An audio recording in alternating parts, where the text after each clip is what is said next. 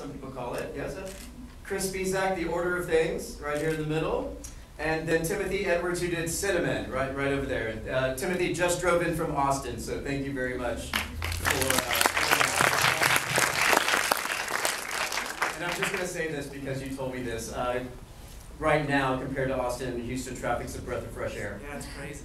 I spent an hour and a half of traffic in Austin last night going 5 miles.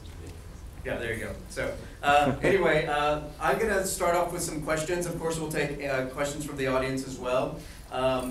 One is this particular project, how did you get the inspiration for it, and what got you started on your piece?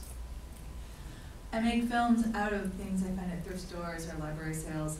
All the stuff I make films out of are already images that exist in the world. And I found a yearbook from 1974 in a thrift store, and I thought the kids looked really freaked out in the candids, and started projecting the story onto them. I think most people think that's of themselves in yearbook pictures, maybe. Possibly. Mine was a little tricky. I started with a concept more so than a story idea, and sort of had to build the story around the concept. The idea, I always liked films.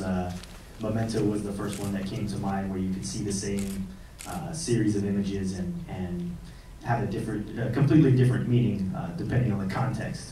And so I wanted to do a film that did something similar, where we saw the same set of circumstances, and mixing them around and changing what was going on around them could totally change the meaning of it. So that's kind of where the idea came from. Time shift.